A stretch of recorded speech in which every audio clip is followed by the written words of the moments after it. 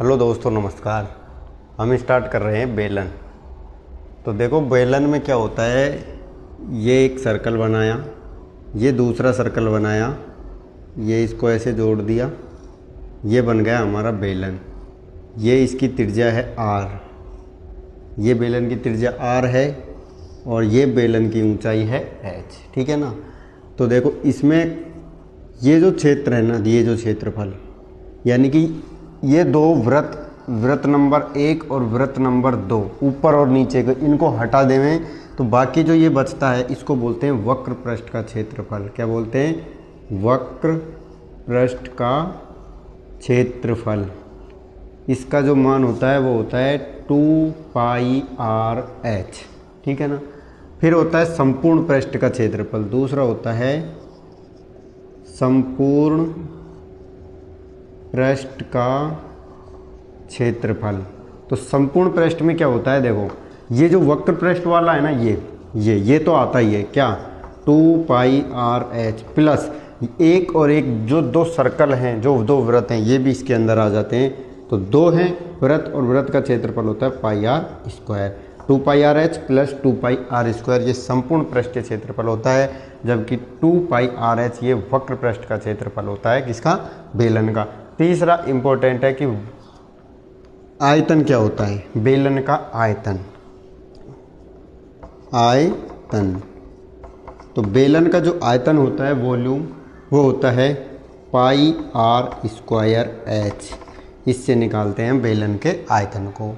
ठीक है ना। तो ये बेलन के बारे में 3 महत्वपूर्ण फॉर्मूले थे जो हमने देखे। अब हम इनके इम्पोर्टेंट सवाल जो बन सकते हैं वो करते हैं। देखो सवाल दे रखा है, एक बेलन है जिसकी त्रिज्या 2 सेंटीमीटर है। एक बेलन है जिसकी त्रिज्या 2 सेंटीमीटर है और उसकी ऊंचाई 7 सेंटीमीटर है। हमको ज्ञात करना है क्या, बेलन का आयतन और वक्र पृष्ठ का क्षेत्रफल। तो देखो हमको त्रिज्या दे रखी है 2 सेंटीमीटर और हमको ऊंचाई h दे रखा है 7 सेंटीमीटर। ठीक। अब पूछा आयतन। आयतन क्या होता है बेलन का, अपन ने अभी पढ़ा है πr² होता है। तो 22/7, पाई का मान 22/7, r² 2 गुणा 2, ऊंचाई h हो गई 7।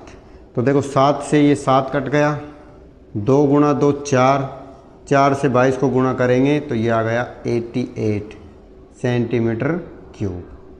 ठीक बात। अब दूसरा जो पूछा है वक्र पृष्ठ का क्षेत्रफल। तो वक्र पृष्ठ का जो क्षेत्रफल होता है वो अपन ने पढ़ा है 2πrh, यही होता है। तो देखो 2 पाई कीजिएगा 22/7, r कितना है 2 और h कितनी है 7। फिर 7 से 7 कट गया तो ये वापस वही आ जाएगा कितना, 88 सेंटीमीटर स्क्वायर। तो वक्र पृष्ठ का क्षेत्रफल 88 सेंटीमीटर स्क्वायर और आयतन भी 88 सेंटीमीटर स्क्वायर। तो ये बेलन का एक सवाल था। अगला नेक्स्ट सवाल अभी देखते हैं। नेक्स्ट सवाल है, एक बेलन की ऊंचाई त्रिज्या की, यानी ऊंचाई h त्रिज्या की कितनी है, 2 गुनी है। ठीक है। त्रिज्या दे रखी है 7, त्रिज्या है 7 सेंटीमीटर। तो ऊंचाई कितनी हो जाएगी, 7 दूनी 14 सेंटीमीटर। तो बेलन का आयतन पूछा है। आयतन क्या होता है बेलन का, πr²h, यही होता है 22/7, r², 7 गुणा 7, h 14, यही होता है। कितनी बार गया, 2 बार। ये आ गया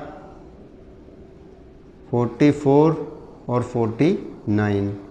इसको जब अपन करेंगे तो 36, 3, 16, 17, 18, 19, 6, 9, 1, 6, 5, 1, 2, ये सेंटीमीटर क्यूब। तो ये इसका आयतन आ गया। ठीक है। तो ऐसे एक क्वेश्चन एग्जाम में आते रहते हैं, इनको ध्यान से करना है।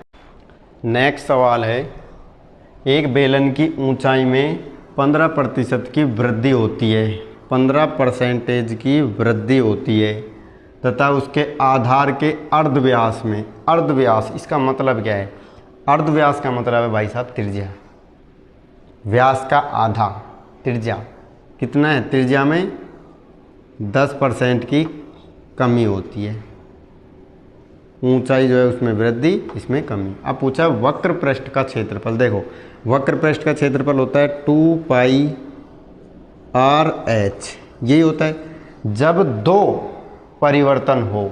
कितने? दो। जब दो परिवर्तन साथ में दे रखे हो प्रतिशत में, तो हम एक रामबाण फॉर्मूला लगाते हैं, रामबाण। उस रामबाण फॉर्मूले का नाम क्या है? a + b + ab/100। ये होता है रामबाण फॉर्मूला। ये तब लगता है जब दो परिवर्तन प्रतिशत में दे रखे हों और हमको दोनों का एक मान पूछा हो, दोनों की जगह एक ही मान पूछा हो, तो हम ये लगाते हैं। तो देखो a इसको मान लेते हैं, ये हमारा a है, ये हमारा b है, ठीक है। तो a कितना आ गया? 10। वृद्धि को प्लस में लेंगे, कमी को माइनस में लेंगे। b, ये b माइनस में क्योंकि कमी हो रही है, -10। फिर प्लस माइनस आएगा क्योंकि प्लस और माइनस जब गुणा होंगे तो माइनस आ जाएगा। 15 × 10/100। 0 से 0 कट गया, ये लगाया 1.5। ये हो गया 5 - 1.5, 3.5% की क्या हुई? वृद्धि। ओवरऑल जो वक्र पृष्ठ है उसमें कितना परिवर्तन आया? 3.5% उसका क्षेत्रफल बढ़ा है। ठीक है ना? तो अच्छा सवाल था, सभी नोट कर लो भाई।